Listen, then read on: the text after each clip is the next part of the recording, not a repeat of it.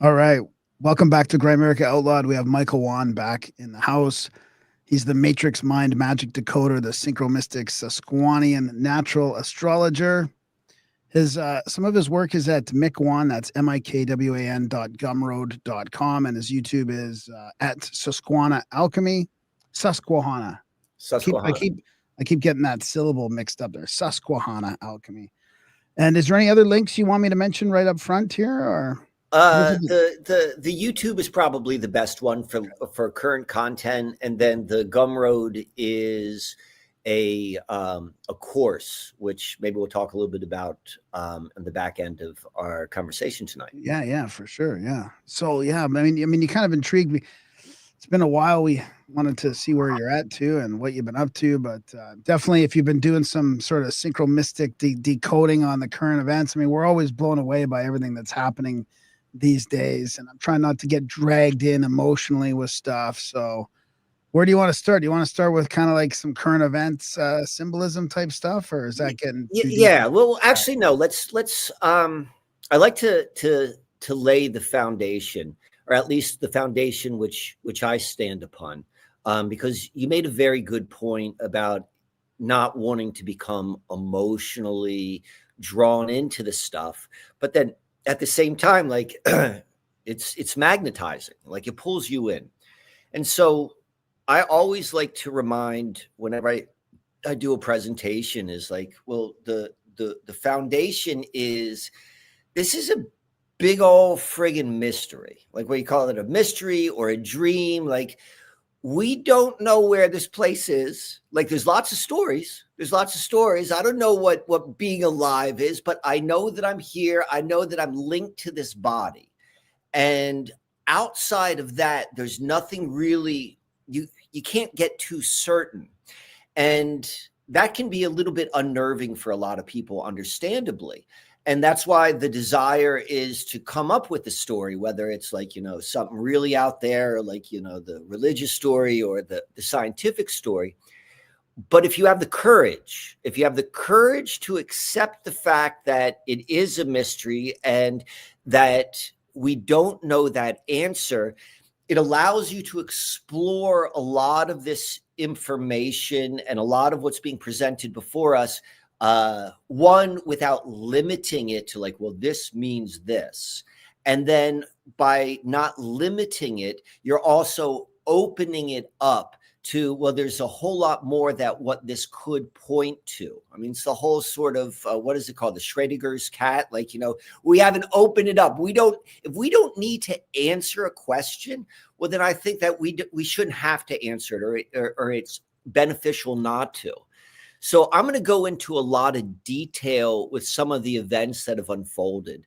But keep in mind that the story, because I will present it in a story form, it's still based upon the fact that we don't know what the hell this place is.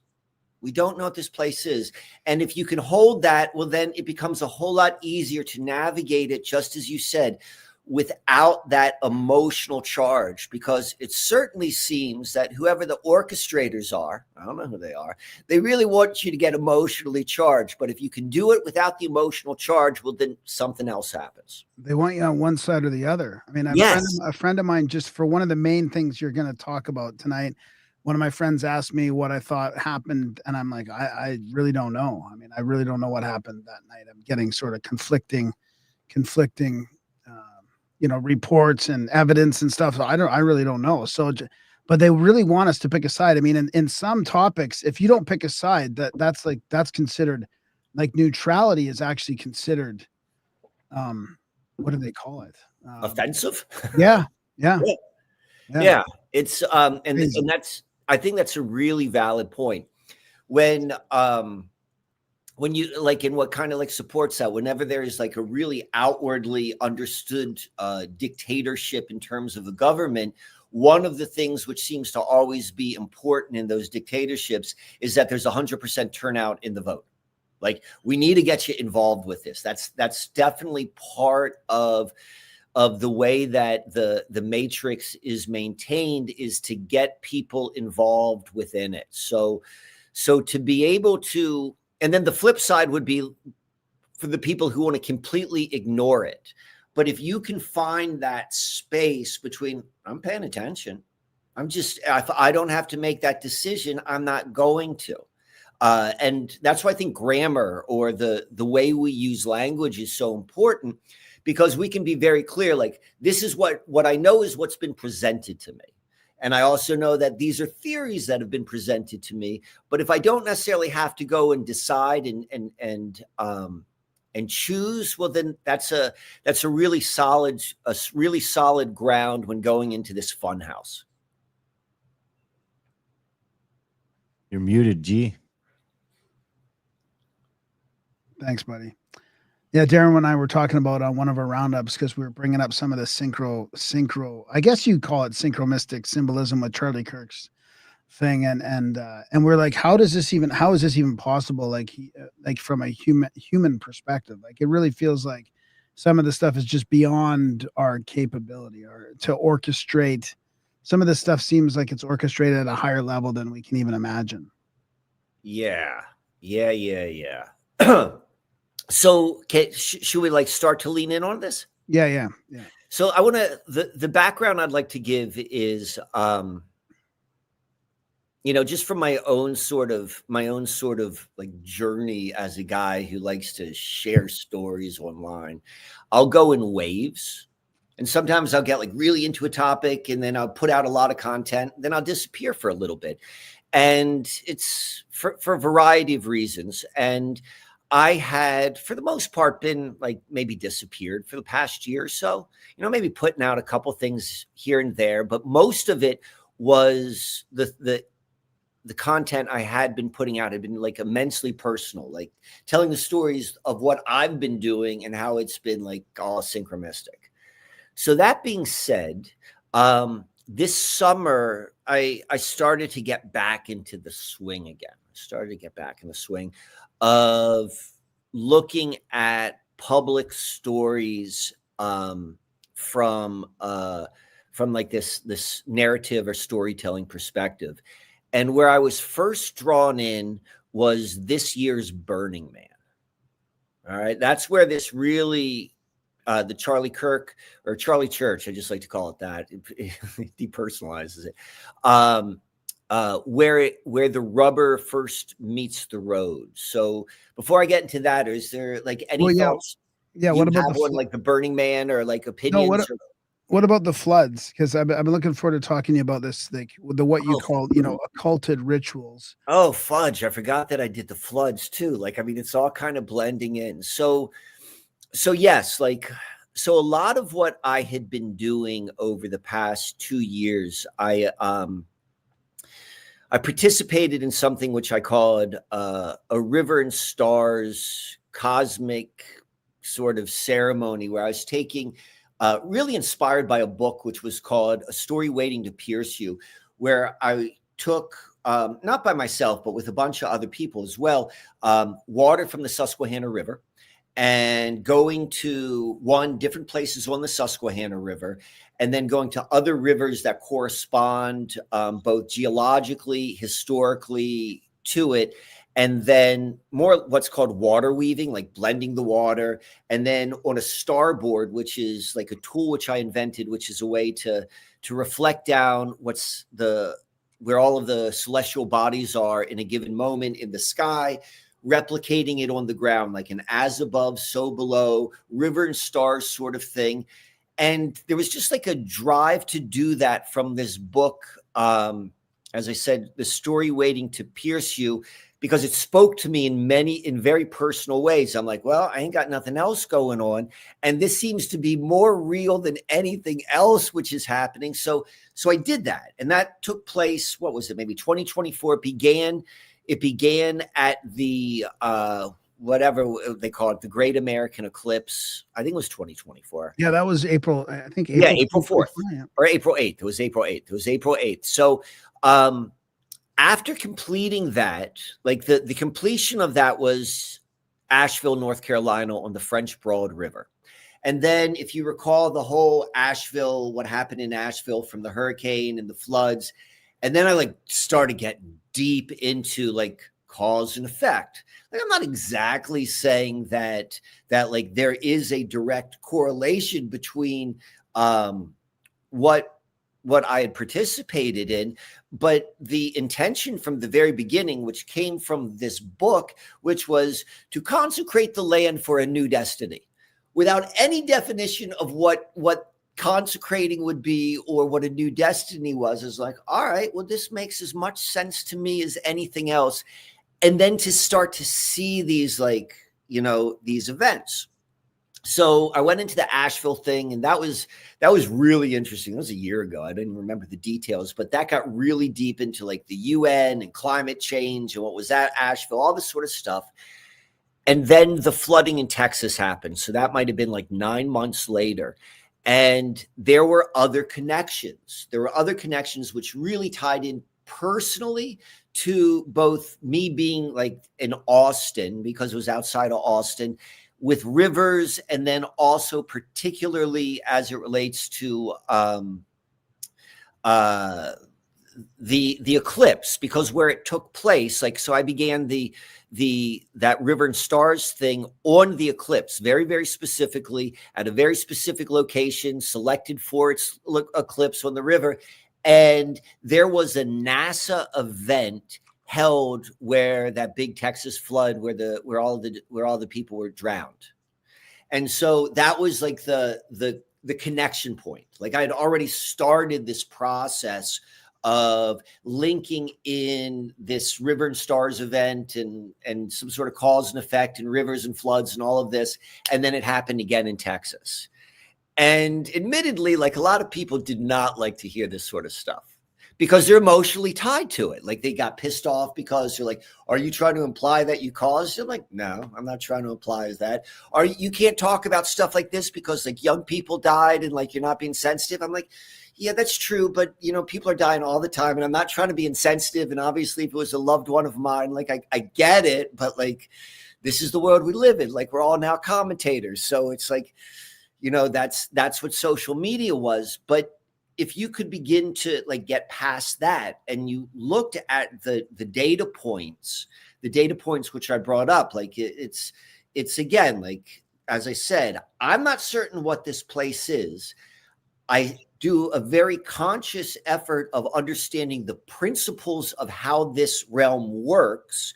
And then I'm very, like, you know, very scientific in terms of, like, I'm always, like, capturing data and testing hypothesis and analysis, but in this very kind of, like, synchromystic way. And you're absolutely right. I forgot. That's when what's really going to lead to Charlie Church, it began with the telling of the story of the floods in Texas, and tying it into, like, whatever that weird Katy Perry Blue Origin thing is. Like, I can't recall off the top of my head right now those details, but it was just like, there's so much there that it's just, I mean, that's part of the way this realm works, is like, everything is connected. And if you're clever enough, or if you pay enough attention to details, you can see that connectivity. And so I began this summer with that. I forgot all about that Blue Origin thing, where they couldn't even hide their scripted videography from everybody, you know? I mean, unless it was all meant to be, but even then, that is so weird that they would even just allow that out to go viral, you know?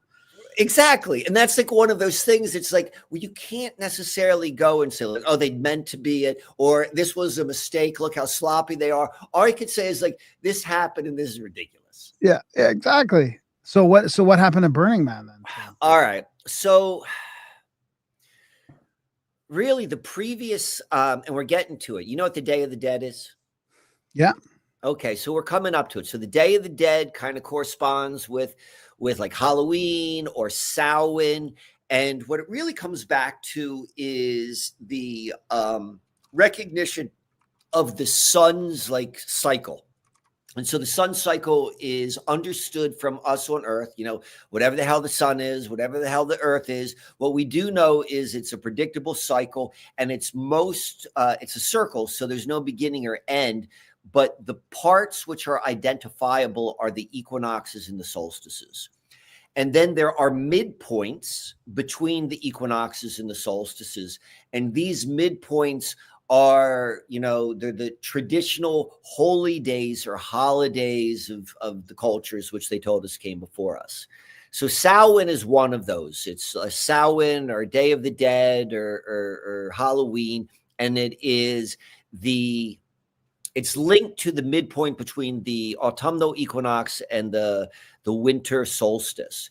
And what is tied into that is the story, which is this is when the veil between the living and the dead is the thinnest. Like, that's the story. I don't know if that's true or not, but I'll play with it. And I certainly know it's culturally true. I know that we're culturally kind of down with that. So 3 years ago, I had the weirdest experience on the Day of the Dead. And the only human being who would know it would be me. And so this to me is what I think is like one of the indications of what it's like to be here in this realm, is this relationship each of us has with the whole. Whether you want to call that God, whether you want to call it the universe, or whether you think this is all a computer simulation and that's the primary algorithm, I don't know. But I think it is pretty clear that there is a supreme intelligence, and each of us has this capability of having this conversation with this supreme intelligence. And when you're really having a good conversation with it, you're the only one who cares. Because as you try to go and explain it, like, you have this like feedback and you're like, oh, you're not going to believe what happened and this and this. And you tell it to someone else and like, I don't give a fuck. And so like I had one of those, and it was the Day of the Dead, and it had to do with like dead, all this sort of stuff. And then suddenly this idea of the Day of the Dead being like just a general narrative, which I know is connected to the other side, like it got real for me. All right. 1 year later goes by. Like, I had that in the back of my mind, and I'm like, yeah, broken clock is what is right like once a day, right? Like I'm skeptical as can be. So I'm thinking that next year what happens is Day of the Dead happens again. I'm in a different part of the world. The first one was down in St. Petersburg, Florida, and now I'm in Austin, Texas. And another really strange thing happens. Without getting into the detail, it had to do with this guy who I did not know at all, but through someone who I knew, who knew him, that it was immensely like connected. This guy was murdered. And she was like, will you reach out to my nephew who is best friends with this murdered guy and just like console him? Because I know you just have a way with people, particularly as it relates to like heaviness and maybe like a bigger perspective. I'm like, I guess, that's not really my bread and butter, but this was someone who I really value in my life, and they have done a lot of things for me. So when they asked a favor, I'm like, okay. So it turns out this person who dies was really instrumental in the infrastructure of Burning Man. Like, I've never been to Burning Man. I know a lot of people who have. I know what the people who are part of the Burning Man culture, like where they put it in their value systems. I've studied it a lot. So I'm not exactly like, no, I'm not involved with it, but I'm also not exactly like a greenhorn. I've got a little bit of experience. And so this guy was like a big part of it, I guess, is like the bicycle scene. And this guy ran the bicycle program throughout Burning Man. He came early, stayed late. He's been doing it for a long time. And this guy was friggin' beloved. Like when he died and I saw the obituary, and literally thousands of people came to go see him. Like, this guy was like, he was a special human being. And he died just like a line from the Johnny Cash song. What's it called? Folsom Prison Blues. You know the song Folsom Prison Blues? If you heard it, you'd probably recognize it. It's an immensely famous song, and it's got this lyrics that says, "I shot a man in Reno just to watch him die." And that lyric's been in my head for 20 years because I'm always like, what does that even mean? Like, why? Like, who is the human being? I put a lot of emotional energy into it. So when I got this call on the Day of the Dead, the second year on the Day of the Dead that I have this bleed through with like the death, where this guy was murdered in Reno and he was shot in the head for a completely senseless reason. Not that any murder isn't senseless, but like if you're being robbed or if you're in a fight, like this was senseless. There was no need for it to happen. Like, and I was in the Music City Capitol, all sorts of stuff. So I'm like, I got into Burning Man. I started like, I put a lot of energy into getting into like Burning Man. This was a year ago. So now Burning Man comes back around. And the reason why I'm giving this much background is because when we begin to like look at how life unfolds and how these narratives unfolds, is we need to see like the continuity, or the continuity really adds to it, I suppose. So that being said, this year's Burning Man comes around, and I'm aware, like it's kind of like it's in my mind.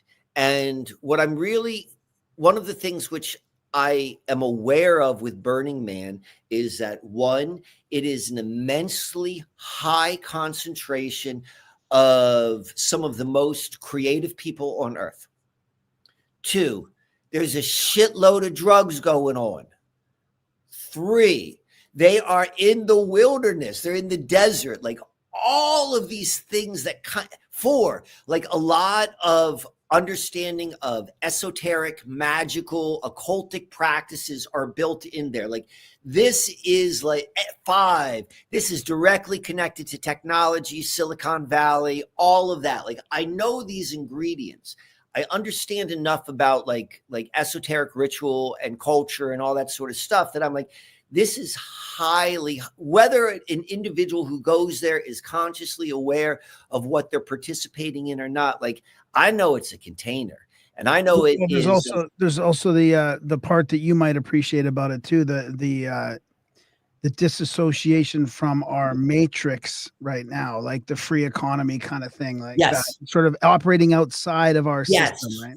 Yeah, like it is literally like it's almost like a playground. So we're going to take off the shackles of all these people. Like one of the things which I've noticed from friends of mine who I know who Burning Man is like, that is their thing, is that I think it lasts like 9 days or something. The other 356 days of the year are like they don't count. Like the only things that matter are those 9 days. Like that's something I've seen many times. Like I know it's that impactful for those individuals. And I believe one of the reasons is like just what you're saying. It's like, you know, you get to come out of the prison and we're going to let you do all this sort of stuff. And if you actually looked at it, like there's always been like this agreement, like before cannabis became legal, like back when it was still demonized, like there was an understanding, like we're going to take 70,000 of the biggest drug users on the planet, and we're going to let them do whatever the fuck we want. And like, yeah, we might arrest a couple of them, but is that potentially, could that backfire potentially? Like putting aside even the occultism of it and the kind of I think what you're saying is it's almost like a controlled op type setup thing, but could that backfire though? I mean, what do you mean by backfire? Like spin out a bunch of things that are very healthy for the world, or you know, that might work against the matrix itself. I mean, when you kind of like, that seems to me like it's a recipe for an unconscious, or not even unconscious, but so like, let's say you put those 70,000 creative people in this like sort of freedomy type environment, and they also have a lot of them important jobs in tech or whatever kind of in the industry. Like, isn't there a chance that spins out into something that works against the matrix in the end? I mean, like, so for example, like look at I don't even want to say this, but I mean, look at the tech bros and Trump right now, right? I mean, could that be something that backfired out of something like that? Because they're fighting. It's whether it's real or not. I'm not saying it's real. I'm not saying I Right, even right. buy it, but for all appearances, they're fighting against the liberal rules order, which is falling apart. I mean, and whether it might be all orchestrated, whatever, but it does seem like there's a shift in the power paradigm with creative, technical people. So I think that's a great question, and this is how my initial response is like, well, again, like I don't even know what any of this place is, and I don't know who's really behind the purpose of Burning Man, and it could be very possible. Like that's a storyline about like the white hats and the black hats. Yeah. So like that could be totally true. What I can say though for certain is that when you get into a lot of like when you read about the values of the individuals that are said to like create the Matrix, like the robber barons and like the people who do that, there is an immense value of taking risk. Like I can't think, it's on the tip of my tongue right now, the saying, but there's how the universe rewards the person who takes a risk. Like that is a principle. And so the idea that there's a risk for something like that, well, that seems to fit, that goes hand in hand with it. That's where the excitement, like something comes alive with that excitement. Right. So, I mean, that's a possibility. I don't know, but yeah, you're right. But I'll also say that, there are also probably enough safety nets that are built in, that if you are trying to steer the unfoldment of life in this realm, that you could probably capture if something isn't going the way you want it to. I mean, that's probably a possibility as well. Yeah. But yeah, that's certainly fair. All right, so let's get back to your. All right, so I'm aware that Burning Man's coming up, and I would say on a scale of 1 to 10, like it's a 5. I'm not that into it, but I know that's a thing. But then I saw the article that said Burning Man has its first homicide ever, and now it's speaking my language. Because one of the compass points, which I like to use to like navigate meaning in the synchromistic interpretation, is firsts. Like firsts are always important. So as soon as I hear a first, or this is where a first thing happened, like it captures my attention. So that like immediately pulls me in. So I'm not saying this is the first murder. This is just it's definitely not the first death.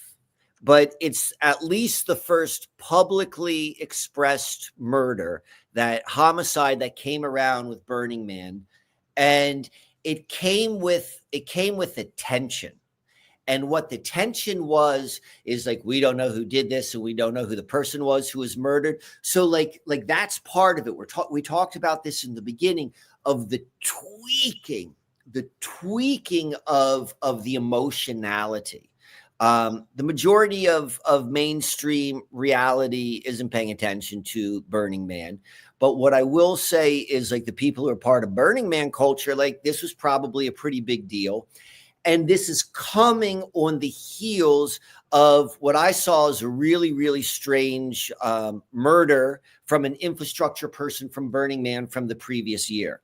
So like a lot of I thought you were going to say it was about that same guy. Well, I did a video about it, and there's a lot of parallels. There's definitely a lot of parallels. And like, if we had 24 hours, he was a murder, right? So yeah, that was definitely a murder. So I began looking at this year's Burning Man, and I'm just going to pull out like some of the key things. So they said it was the first murder. And then the very beginning of Burning Man, they said it was the first birth. And they called it a cryptic birth. Said the lady didn't know she was pregnant. She thought she had bad food poisoning, and then out pops a baby. Luckily, right next door to her was like a ER nurse and someone else, and they gave birth to the baby. And this couple's from Salt Lake City. So I'm looking at this. I'm like, all right, we got Alpha and Omega right there. So that right there is kind of involved. I'm just like kind of like pulling in the pieces. And then, I'm looking at it, what was going on in the news right around that same time. Like, so this is like mid and early August. So this is before this year's Burning Man. So here are a couple things that are interesting. Was one, the head of BlackRock, the financial institution that owns everything, he is put in as the interim head of the World Economic Forum. Right. And so Burning Man takes place at Black Rock City. So like we're beginning to play with the same sort of thing. I personally don't believe that Klaus Schwab's a real person. I think this is all part of this like Dr. Evil Hollywood like mind stuff, because it's just too ridiculous.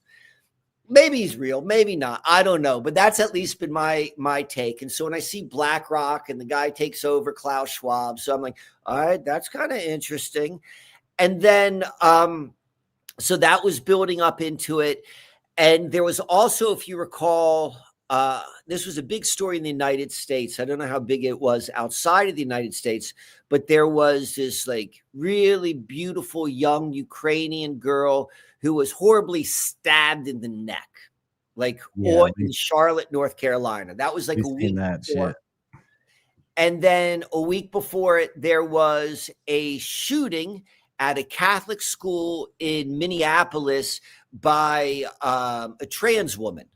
And there was a lot of and it got real kind of like crazy, because they were saying like, we're going to take away the rights of trans people to have guns. And now all of the Second Amendment folks are confused because they don't know what to do right now, because now they got to support the trans people. And now the trans people are now fighting for like Second Amendment rights. So there's all of this like mental confusion, which was happening.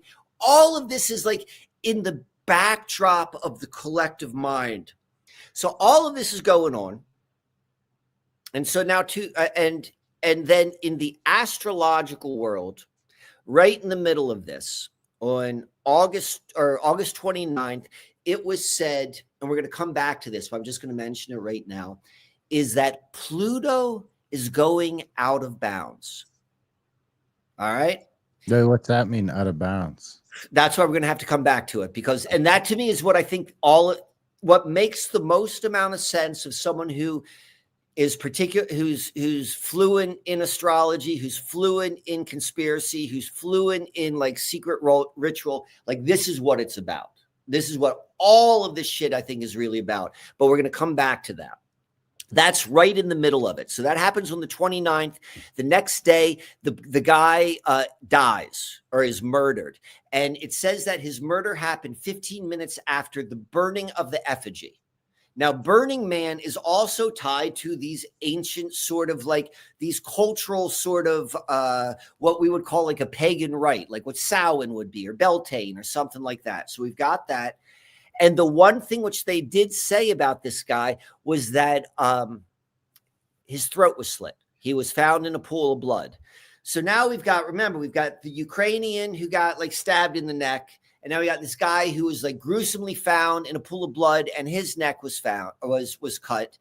And then it comes out that this guy was a Russian national. Like eventually, like a week later, they go and they announce who this guy is. So now we've got the Ukrainians involved. We've got the Russians involved. The week before this, Trump is meeting with Putin, and he met with like the Ukrainian guy, like all of the same, like these are touch points. So if you can imagine, like, you're a typical person, this is what the occultic rituals are about, is they want to tap in and massage like kind of like the subconscious, like not what the typical mind is like aware of, but what's just kind of in the background noise. This is what a subliminal advertisement is. All this stuff is going on. So I was making these videos. I'm talking about all this sort of stuff. And then bam, Charlie Church happens. And all of this stuff, which I had been talking about, then suddenly is kind of like pushed to the side. And the Charlie Church sort of emotional tidal wave comes out. So I'm going to pause right now and give you guys an opportunity to like comment or question about anything as it relates to like all of those Burning Man points. This is well, I'm surprised that no one got killed at Burning Man before. There must have been deaths at Burning. Oh yeah, there's definitely deaths. Nothing suspicious, no suspicious sort of deaths. Well, they say that there was no homicide. So that's like the grammar murders. which is being used. I would say one of the most well-known deaths, particularly in from a conspiratorial perspective. And the author's name is escaping me right now, but you could probably do a quick search. This dude who wrote all these books in the 90s about mind control. I think he wrote like 3 or 4 books. Like, he died.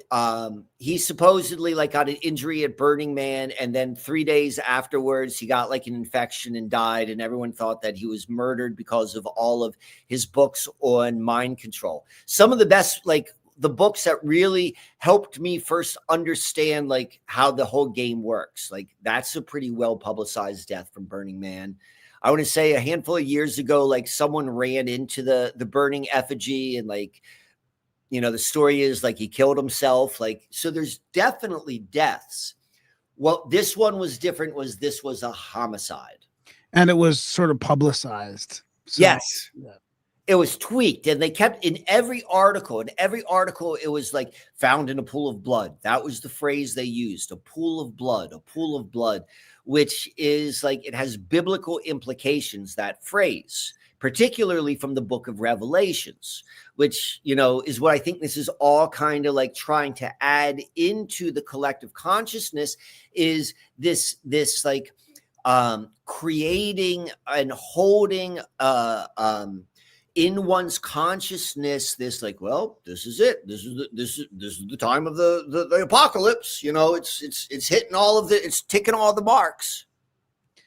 Shelley says, is it, and I was going to mention McGowan. Is it David McGowan? No. Yes. David McGowan.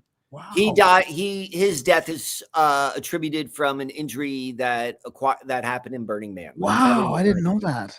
Yeah. Wow. There was somebody else that was like the last Union of the Unwanted I was at.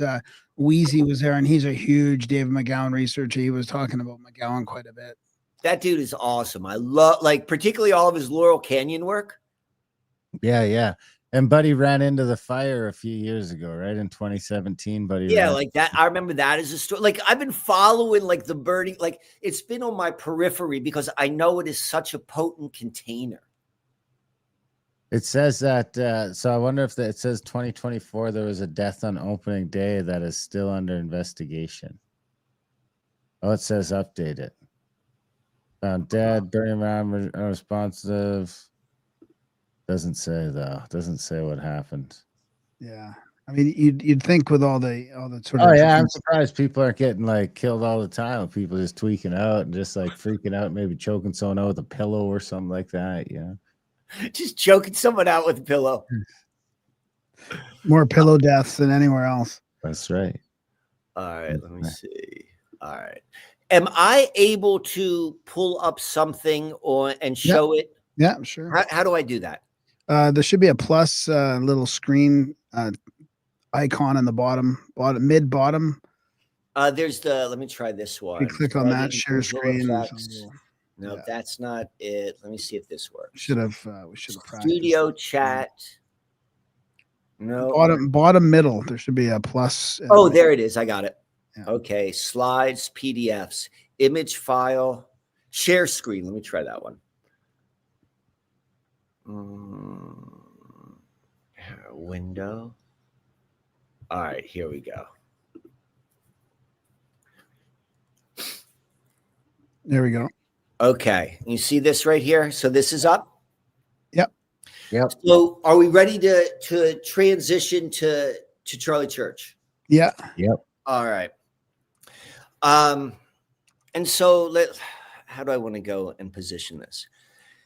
It is my understanding how this works. So what's happening is, like, not only is it important to get eyeballs or observation on whatever is happening in the mainstream, It's important to get emotion, and it's important to get thought.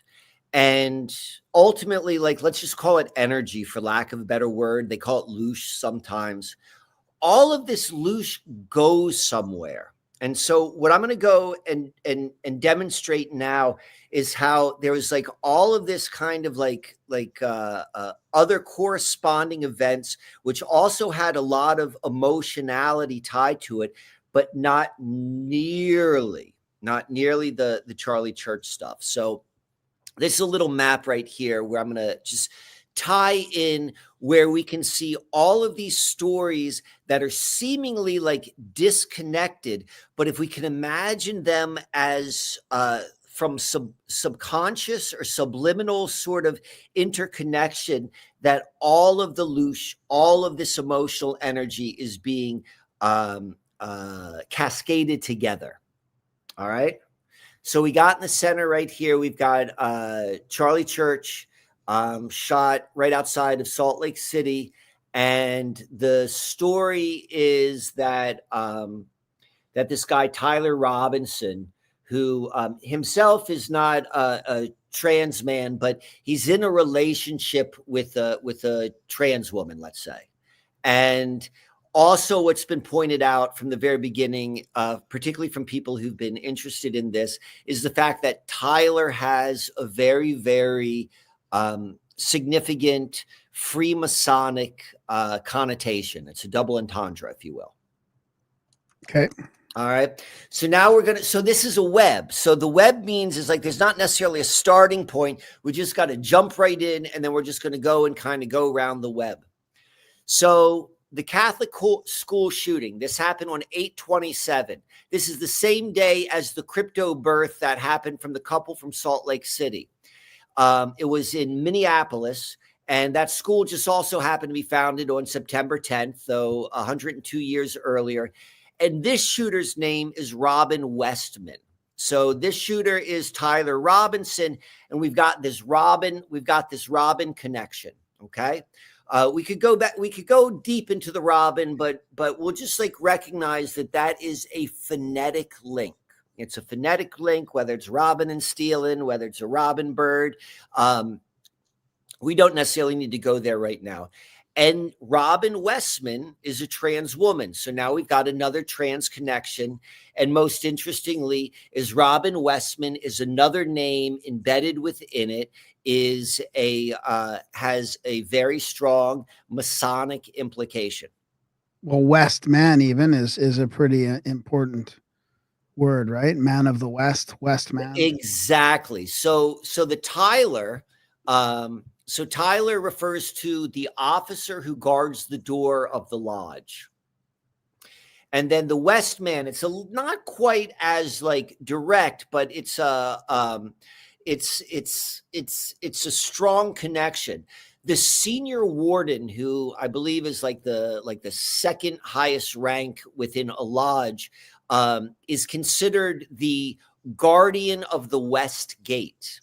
So the East is really significant. That's why they've got like the Eastern Star and everything rises in the East, and you know, the Star of Bethlehem and all of that.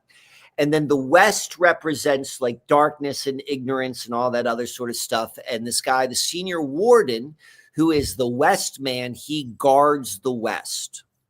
And so perhaps that's a little bit of a well, first off, the Tyler, the guard, and the senior warden, they are connected in terms of like their role within the lodge. Keep in mind, I'm not a Freemason. I'm just like reading the stuff which is readily available on the internet. And the West Gate is associated with water and the element, water as an element, and the direction of the West are correspondence. Like, as you know, most things in occultic traditions and esoteric traditions has to do with correspondences, because this realm works on resonance and entrainment. So Westgate is water, and this takes place. The shooting was in Minneapolis, and Minneapolis is the city of water. And we can begin to start to see like shape is beginning to take form. So now we're going to go down. We've got this Minneapolis connection, and then we've got George Floyd, right? And that was probably like 4 years ago. When was that? That was 2020, I believe, is when the George Floyd thing. So 5 years ago. 5 years ago. Where was that? Was that in Minneapolis too? That was in Minneapolis. That was probably like 4 or 5 blocks away from where the where the shooting was. Yeah. So this is where the shooting was, and this is where the George Floyd thing was. Okay. All right. So we can see like time and space. Like this is how the game is played. The game is played in time and space. And so when we begin to like decode, we're thinking in terms of like that level of like 2-dimensional reality of time and space. And then these, like, it's all like dimensional play. So anyway, so George Floyd, again, another neck wound. So we've got the neck wound of Charlie. We've got the neck wound of the Russian whose neck was sliced in Burning Man, and then the Ukrainian girl who was stabbed in the neck as well. And you know, like the neck is, if you're familiar with some of the